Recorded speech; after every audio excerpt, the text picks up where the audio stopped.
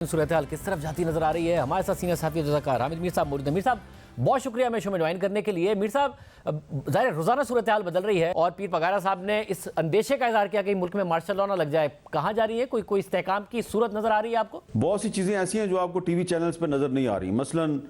بلوچستان کے بہت سے علاقوں میں احتجاج ہو رہا ہے، سڑکیں بند ہیں، اور آج مجھے کچھ جو بلوچ رہنما ہیں وہ بتا رہے تھے کہ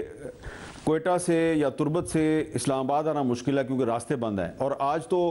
سندھ اور پنجاب کو جو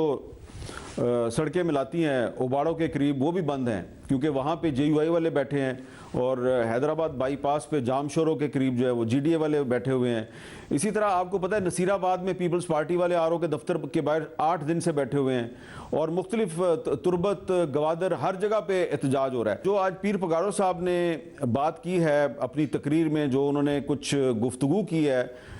اس سے زیادہ خوفناک باتیں جو ہیں وہ بلوچستان کے کچھ رہنما کر رہے ہیں۔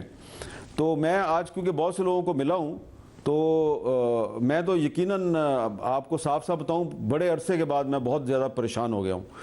تو کوئی مارشل لاء لگا دے، کوئی ایمرجنسی لگا دے تو یہ صورتحال جو ہے یہ ان سے نہیں سنبھالی جائے گی، یہ مزید خراب ہوگی، اس لیے کہ اس صورتحال کو صرف اور صرف ایک ہی ادارہ جو ہے وہ سنبھال سکتا ہے، اور اس کا نام ہے الیکشن کمیشن آف پاکستان۔ لیکن ابھی تک ایسا لگ رہا ہے کہ الیکشن کمیشن آف پاکستان جو ہے یا تو بے اختیار ہے یا اس کو صورتحال کی نزاکت کا احساس نہیں ہے کہ صرف آج کے دن، ابھی پی ٹی آئی نے تو کل احتجاج کرنا نا، آج جو جماعتیں احتجاج کر رہی ہیں مختلف علاقوں میں پاکستان کے، ان کی تعداد 10 کے قریب بنتی ہے، اور اس میں جی ڈی اے کو بھی آپ شامل کر لیں جو بہت سی جماعتوں کا اتحاد ہے۔ تو اس لیے میں یہ سمجھتا ہوں کہ اگر پیر پگارو صاحب نے مارشل لاء کی بات کی ہے تو مارشل لاء کسی مسئلے کا حل نہیں ہے، اور میں تو ہمیشہ یہی کہتا ہوں کہ بدترین جمہوریت جو ہے وہ بہترین آمریت سے یا بہترین مارشل لاء سے بہتر ہے۔ لیکن ہمیں ایک چیز پہ ضرور غور کرنا چاہیے شاہ زیب صاحب، اور وہ یہ ہے کہ آج جو ورلڈ ڈیموکریسی انڈیکس آیا ہے جو دی اکانومسٹ نے جاری کیا ہے، اس میں پاکستان بہت درجے نیچے گر گیا ہے۔ 2022 میں پاکستان ڈیموکریسی انڈیکس میں 105ویں نمبر پہ تھا، اور کہا جاتا تھا پاکستان میں ایک ہائیبرڈ رجیم ہے۔ لیکن اب جو 2023 کا جو ڈیموکریسی انڈیکس آیا ہے اس میں پاکستان 118ویں نمبر پہ چلا گیا ہے، یعنی کہ کتنے درجے گرا ہے؟ 105 سے 118 کتنے درجے گر گیا، اور پاکستان کا شمار اب اتھارٹیرین رجیمز میں ہوتا ہے، یعنی کہ آمرانہ نظام والی ریاست۔ تو یہ آپ خود ہی سوچ لیں کہ ورلڈ ڈیموکریسی انڈیکس کہہ رہا ہے کہ پاکستان میں جمہوریت ہے ہی نہیں ہے، اور سب تو پھر اور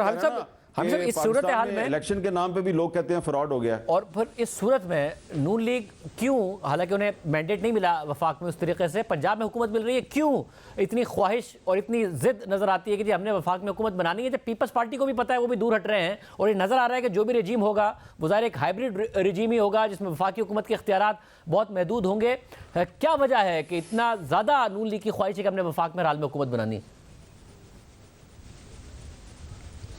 دیکھیں میں نہیں سمجھتا کہ یہ نون لیگ کی ایک اجتماعی خواہش ہے۔ نون لیگ میں بہت سے ایسے لوگ ہیں جو سمجھتے ہیں کہ ان کو حکومت نہیں بنانی چاہیے۔ میں ان کو، میری ابھی آج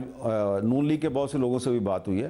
لیکن شہباز شریف صاحب کا خیال ہے کہ انہوں نے پہلے بھی بہت قربانی دی ہے، انہوں نے سیاست کی بجائے ریاست کو بچایا ہے۔ تو پاکستان کی اکانومی اس وقت ایک بہت ہی تشویشناک صورتحال سے دوچار ہے، تو اکانومی کو بچانے کے لیے اور جو آئی ایم ایف کے ساتھ کمٹمنٹس ہیں ان کو پورا کرنے کے لیے ہمیں حکومت بنانی چاہیے۔ لیکن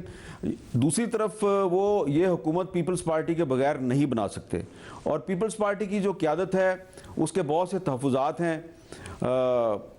جس طرح کہ مولانا فضل الرحمان صاحب نے کھل کے اپنے تحفظات بیان کرنے شروع کر دیے ہیں۔ پیپلز پارٹی ابھی تک کھل کے بات نہیں کر رہی، لیکن کسی مرحلے پہ مجھے لگتا ہے کہ پیپلز پارٹی کو بھی مجبور کر دیا جائے گا کہ وہ بھی اسی طریقے سے گفتگو کرے جس طرح کہ مولانا فضل الرحمان صاحب کر رہے ہیں۔ تو اس لیے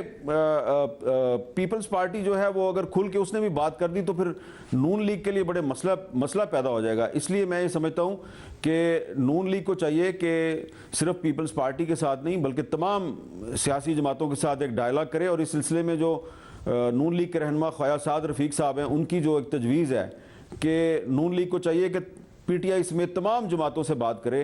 اور ڈائلاگ کا راستہ اختیار کرے، کیونکہ اس کے علاوہ کوئی راستہ نہیں ہے۔ اور میں بات دوبارہ یہی کہوں گا کہ الیکشن کمیشن آف پاکستان صورتحال کی نزاکت کا احساس کرے. ابھی تک میڈیا پر وہ باتیں نہیں آ رہی جو الیکشن کمیشن کے سٹاف کے بارے میں نے بلوچستان کے لوگوں سے سنی ہے, خیبر پختونخوا کے لوگوں سے سنی ہے. ایک آج بلوچ رہنما جو تمام ساری زندگی اسٹیبلشمنٹ کی رائٹ سائڈ پہ کھڑے رہے ہیں, آج وہ انہوں نے ایک ایسی بات کی ہے جو پیر صاحب پگارو نے جو پیمنٹ والی بات کی ہے اس سے ملتی جلتی ہے, لیکن بہت ہی تشویشناک بات ہے. تو اگر یہ باتیں جو ہیں یہ پبلکلی